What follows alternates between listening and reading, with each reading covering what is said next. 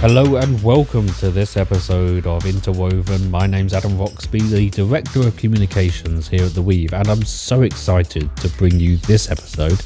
A slight change to the format whereby we have one feature-length interview and a community spotlight where we spend a few minutes highlighting some of the amazing work done by our community members.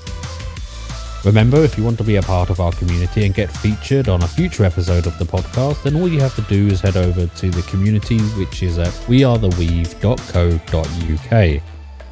Anyway, without further delay, let's have a quick look at what's happening in this episode.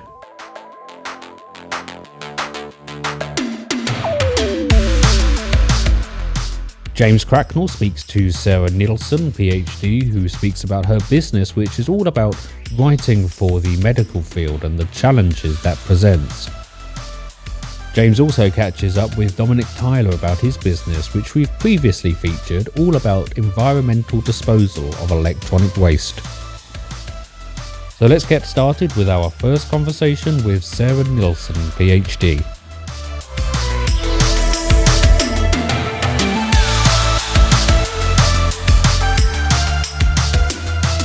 Okay, everybody, welcome to another Interwoven podcast. Thank you very much indeed for joining us once more. We're absolutely delighted to have Sarah Neilson with us. She is the founder of Green Pen Solutions, and her field in terms of being a freelancer is delivering that help for medical writers. So we're going to be talking a little bit about Sarah's journey. We're going to be talking a little bit about Green Pens, but I wanted to get also a flavour of life as a freelancer and some of the challenges that creates for a lot of people, because we know that a lot of people are on that particular journey. So welcome, Sarah, and thank you very much indeed for joining us. Okay, just go back to the start of Sarah when she's leaving that world of school and all the rest of it and going into her university.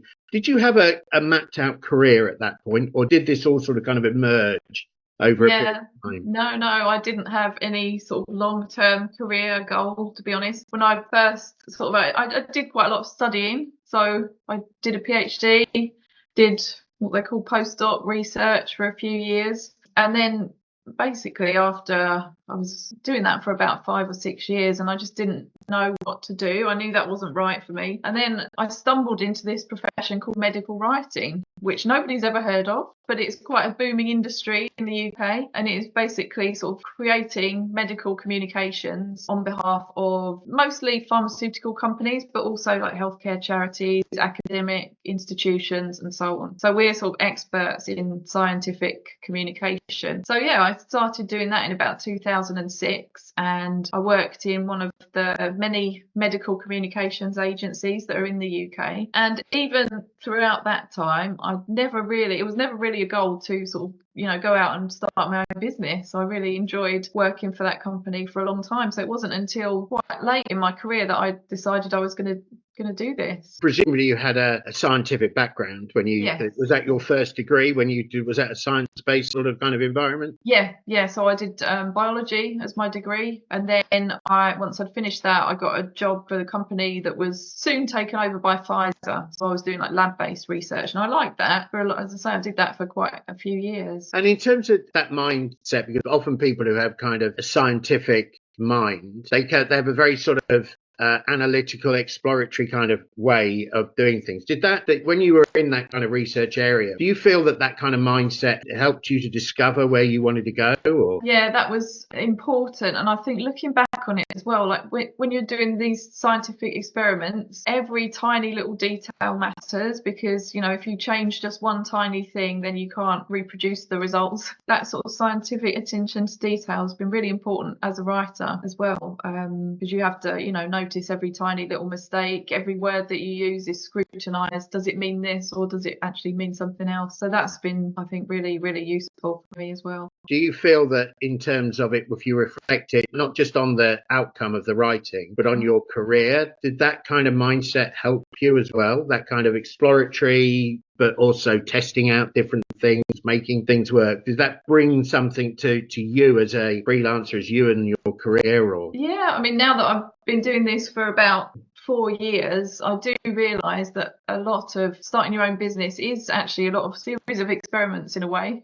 Not all of it works out. Yeah, you try different things.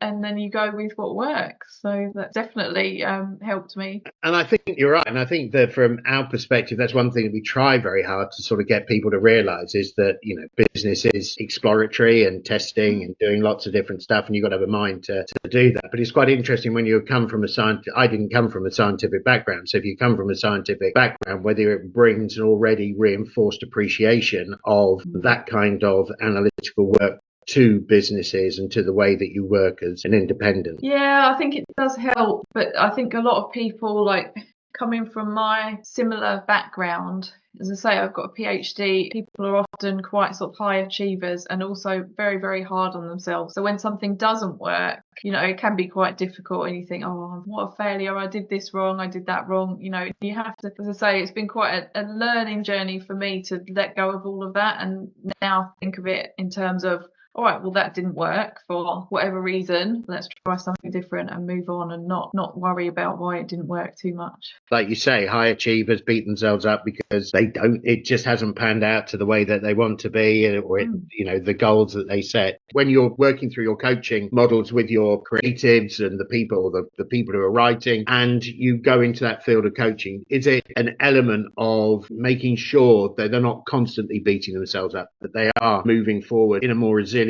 way, an open mindset to learn new ways of doing stuff and approaching it from that? Yeah, definitely. And I think that's important right from, every stage of your career. So getting people to realise that these days it's not the case that you're going to apply for a job, pass a writing test and then get that job. They might be in for a long journey. And even then when you start working, you are going to get feedback. It's not sort of criticism as it were. It's not personal.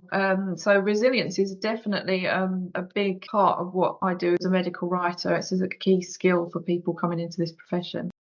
There must be real challenges in breaking into some of those larger organizations. What's the kind of process and approach maybe that you would advise people to be going on to actually break into those larger organizations? I think particularly with medical writing, people come into it from lots of different routes. There's no sort of medical writing degree that you can take. So some people come to it from copywriting, medical background, myself from sort of a scientific research background. So everyone, in my coaching group, a lot of what I do is helping people to recognise their own strengths. So a doctor, for example, would have skills as a medical writer that I don't have because I've never actually seen patients. And then a copywriter would again have all that expertise already with working with clients. Maybe they'll have contacts within the industry. So everyone's coming into it in different ways. And from that perspective, everyone's got their own sort of, again, strengths that I think they can use to make client contact. So for me, it was a bit of a no-brainer because I'd worked in medical communications for like 13 years. So when I started freelancing, of course, a lot of my work came from people that I already knew in the industry. And many of those clients I still work with now. Other people have had a lot of success through like cold emailing, that sort of strategy, making real sort of going for really targeted, perhaps making their specialty a certain therapy area, like a certain rare disease, and then selling those services. Other people have banded together and sort of made collectives. So together they're able to make use of their contacts and get work that way. So I think it's a particular challenge at the moment. I think we all know that 2023 and leading a bit into this year has been a bit tough economically. There's not as many opportunities for freelancers as there might have been a few years ago, but it's still definitely possible. And as I say, in my coaching group, I try to walk people through those steps, help them understand that it's not going to be a quick journey. You can't just, if you're cold emailing, for example, you can't send 10 emails and then, oh no, it's not working. It's a long process. Is there a particular kind of platform as well that brings people into that profession together, sort of kind of collectively marketing, where bigger organizations dip in and go, I'm looking for this expertise? There's general ones like Upwork, where medical writers do find work, but then there's more specialised ones. I think there's one called like Pharmalancers, Collabtree. People have found work. So there's various different ways that you can find work. I always imagine, again, when you're in the world of freelancers, it must be quite challenging sometimes because you are on your own working in that particular space. But is there a sense of a wider community of support that you lean into? Yeah, there's various sort of individuals who are trying to start that sort of thing. There's professional organisations. The European Medical Writers Association is one. They have a yearly sort of meet up in various different locations in Europe. But that is something that I'm trying to create through my own sort of agency ready program as well. So I've got training, coaching, but then once people have been through those programs, I do try to keep people engaged, meet up once a quarter just to have a chat and go through challenges and things like that. So it's improving. I think it's quite a good time to be a medical writer. Actually, there's a lot of support and a lot of community that wasn't around when I started years ago, but on the flip side it is very competitive. It's interesting as well, isn't it? You say it's kind of like a good time to start being a medical writer. I mean, there must also be challenges around things like AI and stuff like that. Will it take away the job market? But I guess, like you were saying, there's so many nuances, so many different words that it's very challenging sometimes, I would imagine, for the AI to interpret. But where do you see that kind of future of the work? Is it using AI to enhance what we do as opposed to seeing AI as a threat and a replication of what we're doing? Or from my perspective, AI is going to become a useful tool. At the moment, it's just not accurate enough. As you say, it will come up with references that actually when you check into them, they're not correct at all. So we have to be really, really accurate and, as I say, use a lot of attention to detail especially when working for pharmaceutical companies. Like, they can't get anything wrong for obvious reasons. So it's not there yet, but I do know that companies are working on their own AI tools to sort of interpret data, things like create tables from these big long reports that are going to save us huge amounts of time in the very near future, I think, rather than a medical writer going through and creating tables or graphs and checking it line by line.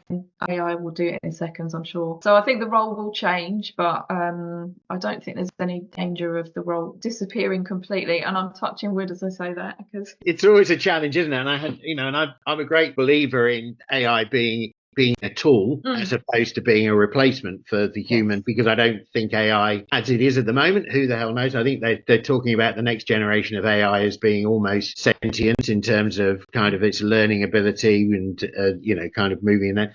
But you just don't know at the end of the day, in terms of every time I read something which is AI driven, I never would push it out as an AI piece of work. I would always use the AI as maybe a framework for approaching it. But actually, it's the words and it's the intonation. It's all of that bit that really does matter. And that's what technology hasn't got, that emotional kind of connection yet. Exactly. Who knows? Like you say, touch wood, we'll all still be here helping each other going along.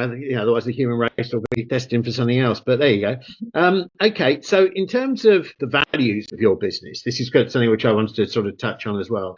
You are a freelancer, but you are working with a community of people in that respect. What things in your business really matter to you? What are the core things that if somebody was to meet you, or a group of people to meet you in a room and you left the room, what would you like them to be actually talking about Green Pens when you leave the room? Yeah, I really like the aspect where I'm helping people in their career. One of the big reasons that I left my job in an agency was that it wasn't quite fulfilling enough. I was doing the work, the clients were happy, earning decent money, but it just felt like, as you say, what's going to be sort of my mark on the world, just doing my work and going home.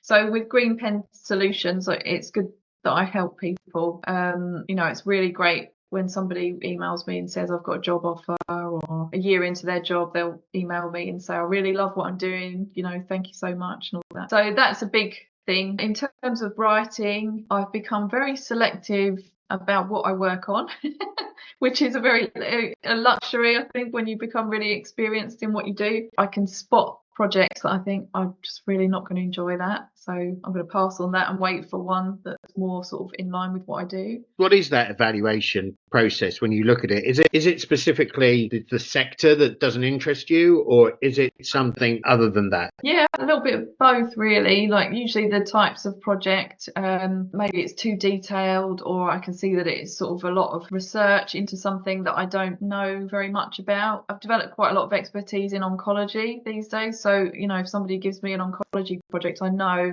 I'm going to be able to pick it up and do what they want really quickly. They won't have to explain it too much to me. Whereas if it was something that I'm not familiar with, I'm less enthusiastic to sort of go right back and start again. And It's interesting as well, when you're working on a project or working in a field like oncology or some other area or whatever, you building your own expertise in that field as well. Is that a part of the excitement, that learning new areas of development and thinking that are happening there? Because it puts you actually almost at the forefront. Do you then potentially give feedback to writers about what other people are writing, or is there an area of confidentiality that says, no, we've got to stick within that particular area? There's an element of confidentiality, yes. If I was working on, say, a product for a certain company, then obviously I couldn't discuss that with other companies. But medical writers do absolutely develop quite a high level of expertise. Some cases I've seen medical writers work on accounts. So I might, by account, I mean like, a product. And they've worked on it for like 10, 12 years, longer than the actual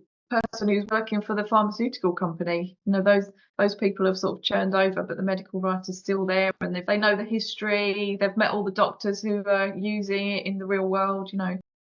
Is there a kind of like an output that then becomes almost like a bit of meta paper that says this is what we're talking about within that field, and whether people on the other end of it, the researchers and all the rest of it, would actually then go, oh, that's interesting. I didn't realise that this was going on, or that's going on, or yeah, absolutely. Yeah, there's definitely potential for writers to do that sort of thing. Which is kind of interesting, isn't it? Because again, that's about knowledge sharing within that particular industry. And like you said, there are always going to be Chinese walls when you're dealing with a product and IP and patented products and all the rest of it. But in terms of generalization of work, and sometimes when I don't know, I'm a layman, sits on the outside, and I think sometimes when you look at bodies that work independently, you often ask yourself as a layman, why don't they talk together? Why don't they bring that kind of area of thinking to it? And I think particularly in the world of oncology, where there seems to be so much, it is such a massively important part of the challenges of life, that bringing people together to actually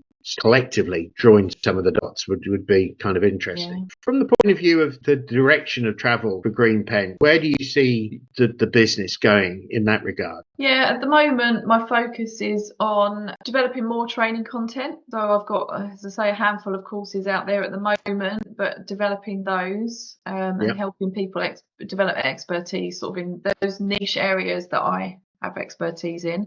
In terms of the writing projects that I do, I have been getting some of the students who've gone through my courses to sort of help me on those projects as well. So it's expanding very slowly, but into the realms of sort of training them, but then actually finding them work opportunities as well. And then, giving those stepping stones to a place where they can actually get their own freelance clients or find themselves a job. So again, I quite like that aspect of it. Who's the governing body in Europe? Do you say there's a European Medical Writers Association, yes. And are they proactive? Are they very proactive about what they do, or are they? So they, as I say, they are focused on training. They have like a big training event where everyone sort of goes to a location in Europe, changes every year, and they get together for 3 days and do lots of training. They have a magazine that goes out once a month as well, and people sort of volunteer to write articles for that. But I still think there's a gap. There's no certificate that somebody can present to an employer and say, I'm a medical writer. And I'm not sure why that is. I know people have tried to do that sort of thing in the past. So yeah, it's something that I'm thinking about, but it's not, as I say, it's not as straightforward as it sounds. And so in terms of the work that you do, presumably it's kind of international, national, global, it's kind of everywhere that you go. So do you get to travel much, or is it mostly done online? And it's funny actually, because I started all of this right at the end of 2019, and I had some train tickets booked. I was going to go to offices to deliver this training, and then COVID happened and everyone said, can we do it online? And we figured it out, and honestly didn't even know how to set up a Zoom meeting at that time. I remember the first meeting I had to have somebody come on with me to set it all up. So it's grown online, really. So 90% of what I do is online. I do travel to like client meetings now, where they have like meetings with doctors or like medical congresses. I still really loved going to those meetings when the opportunity comes up. Yeah. I love the kind of physical presence of being in a room with people and doing all of that. And I think you don't get that from that online experience. Although I think that if you work at it and you can develop it and make it as interactive and engaging as you possibly can, and I think cohorse-based work online is quite effective. I know how I'd get on actually if I had to sort of deliver a training in person in a room full of people, because I've never actually done that. So imagine it's quite different. Yeah. It is really different. I mean, the energy, apart from anything else, the energy is very different. And the whole kind of focus on presentation and body language and inclusivity and eye contact and doing all of those different things within that particular space, that becomes quite a bigger part of it. And also because you're working face to face with people, there's a warmth that you have to then create over that period of time. What are the immediate areas that you are now focused on working? I read a post on one of your LinkedIn's about you did a poll around websites, and that was quite an interesting thing in that regard. There was quite a heavy bias towards I haven't got a website as a medical writer, which I kind of was interested to see that was there. So is there something, again, that you're not just in the skill sets of the medical writers and that kind of thing, but the actual business development side for the freelancing community? Is that something that you're quite interested in as well? I am. I was quite surprised when I started working for myself, because I really enjoy that side of things. Again, I wasn't on the cards at all. It was kind of a fairly quick decision that I took to go off and become self-employed. But I really enjoy, like, as you say, I'm pretty active on LinkedIn. I enjoy all of that marketing side of it, figuring out the finances, how to get your name out there. I enjoy all of that, and a lot of freelancers really don't. They want to just, they like writing, and the rest of it is kind of a bit annoying. So trying to help them think about that and think about, the importance of making sure you're on top of all of that, business side of things. It's definitely something that I bring into my coaching group. Just done a really small mini course on marketing for freelance medical writers. Again, sort of understanding that many writers are not interested in it. I hear a lot of people say, I should post more on LinkedIn, I should be doing this, I should be doing that, and their heart's not in it. So I think, okay, what options do they have that they would feel comfortable with? What could you do? If you're going to absolutely hate every post that you put on LinkedIn, then that's probably not the right strategy for you. So yeah, definitely potential to develop that side of things as well. So in terms of your kind of marketing approach, you are on LinkedIn, you are active in that field. Do you have a website, and do you have the other channels outside of LinkedIn that you kind of keep going? Or yeah, I've got a website that I've got quite a few blog articles on there that are relevant to like medical writing as a career rather than sort of medical topics per se. I have started a YouTube channel, and that's something that I really need to put some energy into, because I think that's a really good way of bringing people in as well, sort of getting them to know you, know your style of coaching and teaching and so on. I think people can get a lot from YouTube. What about the podcasting side? Because I would imagine that there must be, again, interesting conversations to be had with either people with the broader community, not just medical writers, but people from the medical profession, maybe talking about latest things that are going on, that kind of stuff that could inform people who are writing around that particular topic, some of the interesting ways of going. Have you thought about that as a potential channel at some point? Yeah, so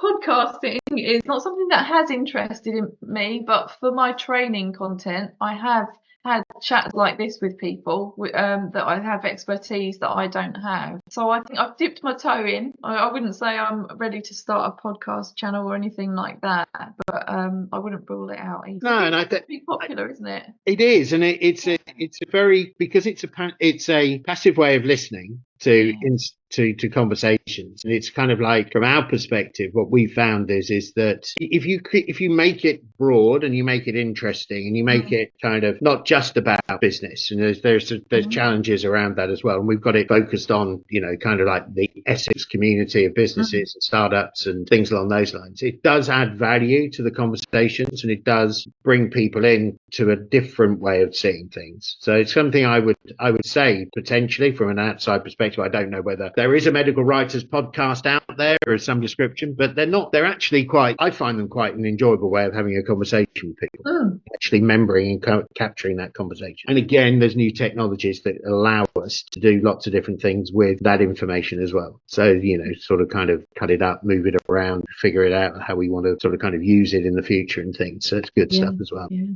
Just a few questions to finish off with, just a few quick fire questions. Do you get a chance to watch any films or box sets or things like that? Just watched Stranger Things again for the millionth time.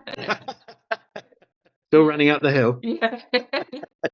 Okay, so you put that down, you rate that one, Stranger Things, then, yeah? Definitely, yeah. Right, okay. Favourite film lately? Have you seen a film lately? I love a good movie. I think the Barbie movie was surprisingly a good one that we watched this year. Yeah, I had a conversation about that the other day. With somebody was saying to me, it was Magda who was saying to me, and I was talking to her about the Barbie movie, and she just said people underestimate what it was all about and how good it was in terms of that kind of dealing with gender, dealing with all of those different issues. So I thought that was quite an interesting one. I even liked it, actually, so it's got to be good. We both liked it. Absolutely. I kind of almost tempted to just kind of watch it, but I haven't got around to it yet. Favourite book you just read recently? I'm reading one just now that I quite like. It's called The Psychology of Money. Have you read that one? Yeah, I've read that. I think I read The Ascent of Money, not The Psychology of Money. So which is that one? I got to that from Stephen Bartlett's podcast, actually. He had a guest on there. I can't remember the guy's name, but he has written this book. And it was a really long episode of the podcast. It was about 2 hours. And I just thought it was fascinating. Favourite meal on your birthday? What would that be? Sushi. Right, okay. Yeah. Best piece of advice you've ever received? In terms of writing, it's use the shortest possible word in the shortest possible sentence. Excellent.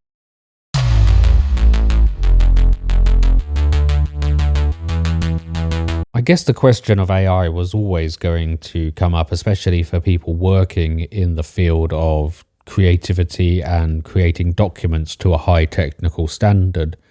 But it's great to hear that Sarah is hopeful about being able to embrace the technology rather than being fearful of it. Now let's head over to see how Dominic Tyler is getting on with his mission to revolutionize the world of electronic recycling.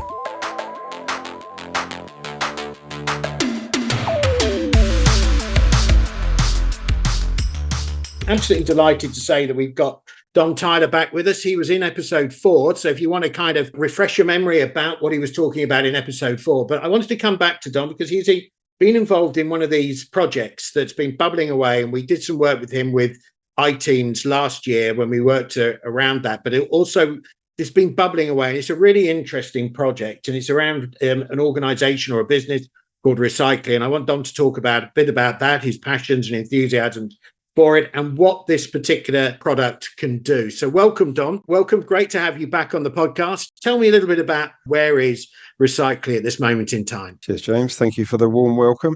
Yeah, so Recycling, we were building Recycling as a product under Gennari. So Gennari is my other business, which is an ERP business. ERP is bespoke software, basically, to run businesses.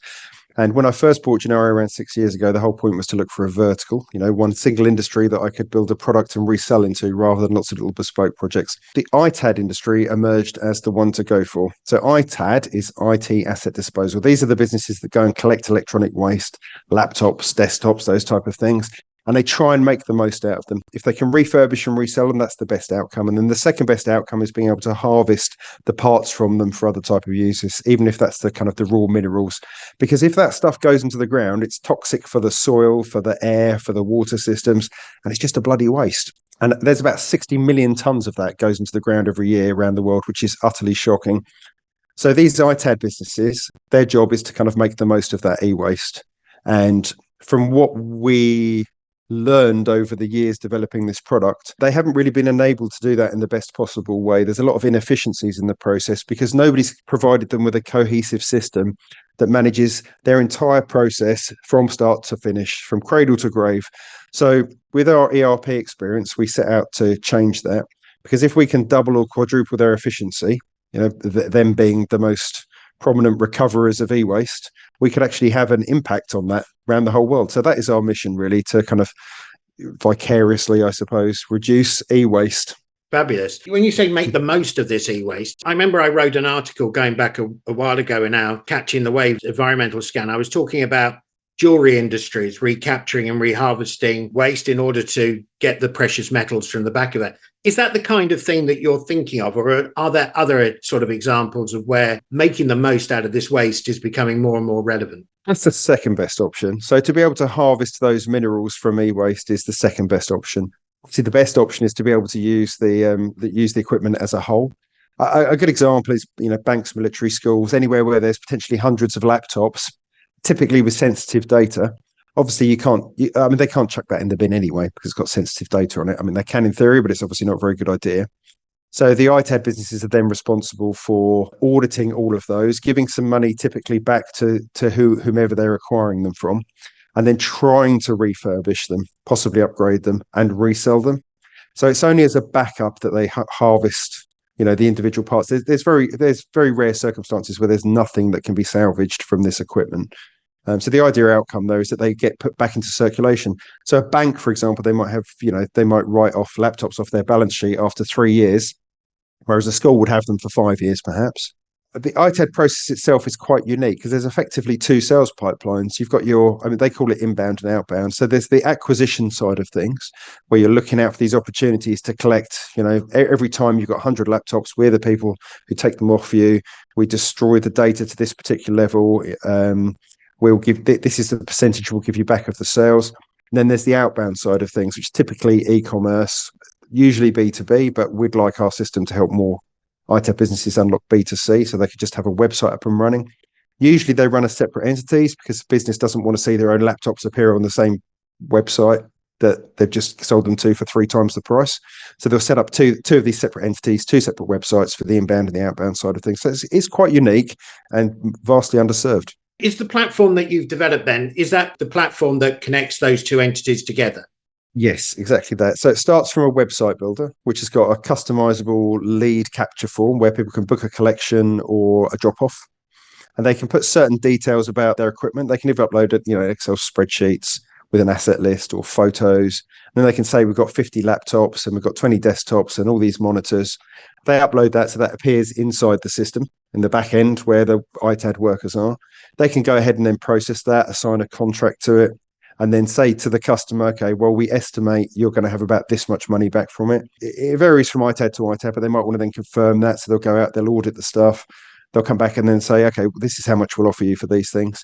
And then they will take ownership of those things. And it's then their job to kind of detag them, remove any identifying marks, and then put them through the process and then hopefully refurb as many as possible, typically, as I say, into another entity. So there must be quite an important level of trust building in all of that process because you're dealing with data, you're dealing with quite complex but also sensitive data around various different things. So I presume that trust level exists. How do people engage with it and feel that trust is there?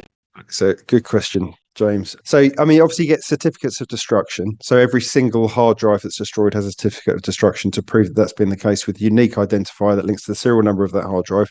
So it's not really forgeable without, committing a crime. The job of our system isn't to directly audit the hardware itself or to raise the hard drives. We integrate with very specialist pieces of software that do that already and pull the information back into our system. It's not that fallible a system. It's a well-built framework to provide reassurance back to the acquisition customers, if you like. They get a lot of reassurance and they can also specify to what level of destruction they require. Obviously, it costs more money because it takes more time to destroy a hard drive to a very high level. A good example is you get the C-level execs of a big business will need this level of data destruction because they've got very confidential documents stored locally, or at least cached versions. Whereas, the warehouse operators won't need that. They just need kind of, level 1 destruction, enough that it's difficult to get stuff off their hard drives. So, this is a really interesting area. And did you arrive at it from the point of view of, because you were shocked by the numbers, what do you look for in 5 years' time? In answer to your first question, I think the inspiration for this came from not really. It's one of those industries that we've all got a reasonable idea that it exists because we know something happens with that old hardware. But it's not until you delve into the details and start understanding the nuances that you realize how influential on the world the output of this particular industry is. It can have an enormous impact. I mean, if there were twice the amount of ITAD businesses or the ITAD businesses were twice as effective, it would reduce e-waste, which is a massive thing in the world. So at the moment, our system supports quite advanced demanufacturing and harvesting. So demanufacturing is literally when you disassemble something for separate parts. You might want to sell out the RAM. And harvesting is more about kind of taking the parts and having raw materials. So all of that information is measurable. So we know how much of this particular metal we've taken out. We know how many RAM sticks we've saved. We know how many laptops have gone forward. So with all that measurable information, we can start to calculate how much e-waste we've reduced. Now, at the moment, it's such a minor amount with the 45 customers that we've got. But my measure of success would be, in 5 years' time, that we can say we've actually made a notable impact on that giant 60 million tons. Yeah, it's always great to talk to somebody that wants to measure that kind of impact globally and where they are. Challenges then for recycling in terms of your growth trajectory, customer acquisition, building the platform where you've got both sides. What's the focus and priority in your kind of mind at the moment? From a product perspective, integrations are complicated and expensive. We've done quite a few of those. The main ones like Aiken, Workbench and Blanco, just for anybody in the ITAD industry that's listening to this. But there's many more that we'd have to achieve. I think that's one of them. As far as selling globally is concerned, I don't think that's going to be too much of an issue. We've already got a fantastic UK reseller, and he's dealing with a reseller in the US who we've been speaking to for quite a while, and also another in Africa and another in Australasia. So I think one of the challenges will be finding really great partners because they're going to have to understand quite a lot about the ITAD industry, and they're going to be supporting their own customers. So they're also going to have to be pretty good with complex ERP software as well, albeit that we're trying to make it as simple as possible to use, of course. I think that's our main challenges. As far as the product's concerned, we feel very comfortable that we've designed something that's cohesive and easy to use and comprehensive and very impactful. In terms of the kind of customers that you're targeting, then, you were speaking about banks and large businesses, insurers, potentially, and people like that. What if you've got a smaller business? Where would you suggest they go, right, in order that they feel comfortable and confident that their asset disposal is being managed effectively? Is there a middle person or a partner that you work with, or somebody that or could they go to your platform and just upload 10 laptops as opposed to 50 or 3 laptops or whatever? So we don't do ITAD services ourselves. So you're welcome to give us 10 old laptops because we use them for testing it, recycle itself, but we're not a classic ITAD business, and we have no aspirations at the moment to become one. But there are a lot of ITAD businesses that will do free collections of, a small number, 4 or 5 laptops, and they'll take them because they can refurb them. In fact, there's a lot of refurb websites that will, if you type in secondhand laptop, refurbished laptop, there's a ton of websites that come up. There's a lot of smaller. So ITAD is effectively one of their departments. And one of the directions that recycling will go over the next 18 to 24 months is being able to support in-house ITAD. Excellent. All right. Okay, brilliant. Well, I'm glad that we've had that conversation. I'm glad that we've seen the progress going forward. One of the things that we try to do at the Weave and with Interwoven is shine a light on the region, what's going on, because so many people can think it's just it's a barren area for entrepreneurship and all the rest of it, but it's not. It's a really vibrant sort of kind of environment. And I think people like you are out there doing this kind of work. We need to showcase it and sort of put it out there and raise the visibility of what people are doing. So thank you very much indeed for your time, Don. Once again, take care. Thank you, James. Cheers. No problem. See you, matey. Bye. I know I've said this before, but this is the perfect encapsulation of what our community is all about. Finding opportunities as well as making a positive difference.